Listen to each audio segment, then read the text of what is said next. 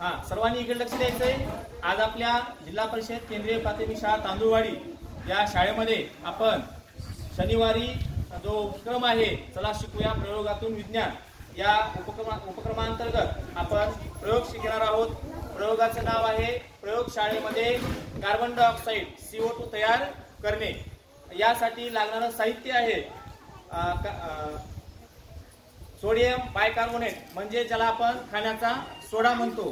त्यानंतर व्हिनेगरच्या मध्ये आपण लिंबाचा रस किंवा इनो यासारखे आपण वेगवेगळे पदार्थ वापरू शकतो। आणखीन एक वस्तू लागणार आहे ती म्हणजे पाण्याची बॉटल रिकामी आणि हा फुगा। हे सगळं साहित्याच्या आधारे आपण हे कार्बन डायऑक्साइड कसा तयार करायचा प्रयोगशाळेमध्ये याचा आपण अभ्यास करणार आहोत, या ठिकाणी प्रयोग करणार आहोत। सुरुवातीला सगळ्यात अगोदर काय करायचं, हे जो सोडा आहे खायचा किंवा सोडियम बायकार्बोनेट हा आपल्या फुग्यामध्ये भरून घ्यायचा। सर्वांनी नीट लक्ष द्या, मी काय करतोय पहा इकडं।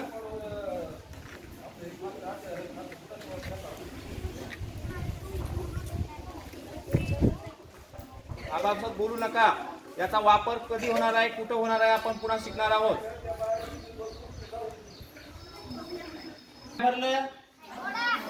खायचा सोडा, खायच्या सोड्याला वैज्ञानिक भाषेमध्ये काय म्हणतात, सोडियम बायकार्बोनेट। काय म्हणतात?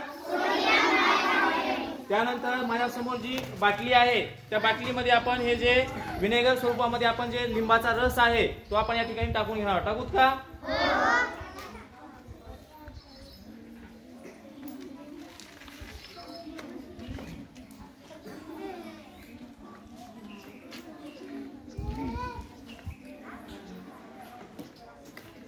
यानंतर आपल्याला हा जो फुगा आहे हा फुगा या बाटलीच्या तोंडाला फिट बसवायचा आहे। सर्वांनी काळजीपूर्वक लक्ष द्या।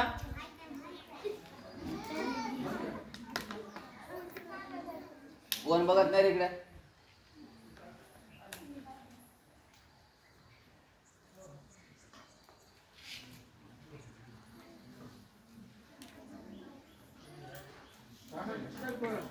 हा फुगा या बाटलीला आपण काय केलं आहे, पॅक बसवलेला आहे।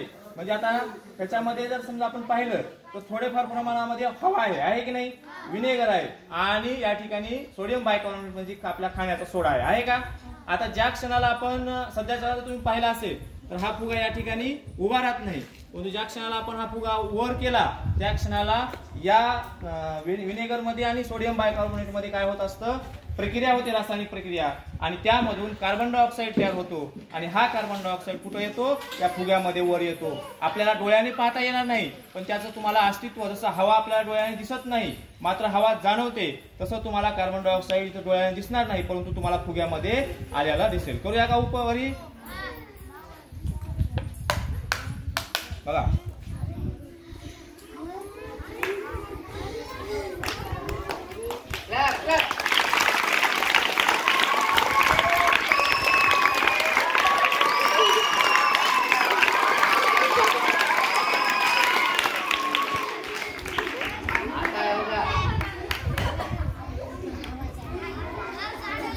जरी जर फुगा फुगायचा असेल तोडणाने फुगायची गरज नाही, कसं फुगवणार असं?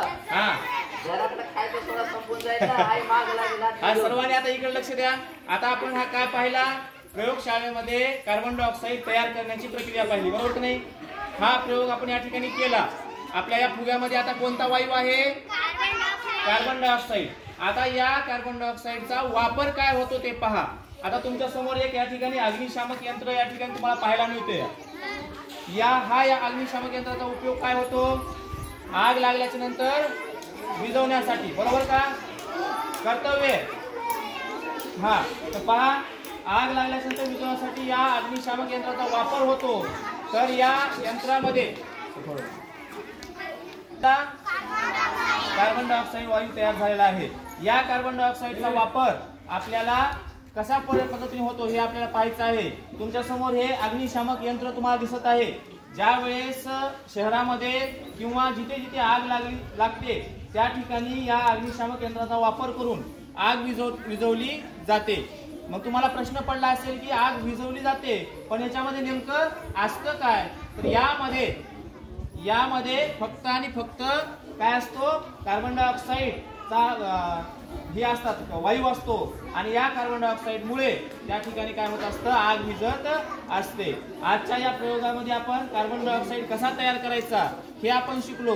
पुढच्या शनिवारी आपण प्रत्यक्षामध्ये कार्बन डायऑक्साईड मुळे आग कशी विझवली जाते हे आपण पुढच्या प्रयोगामध्ये पाहणार आहोत. आजचा हा चला शिकूया प्रयोगातून विज्ञान हा या ठिकाणी आजचा आपला उपक्रम झालेला आहे.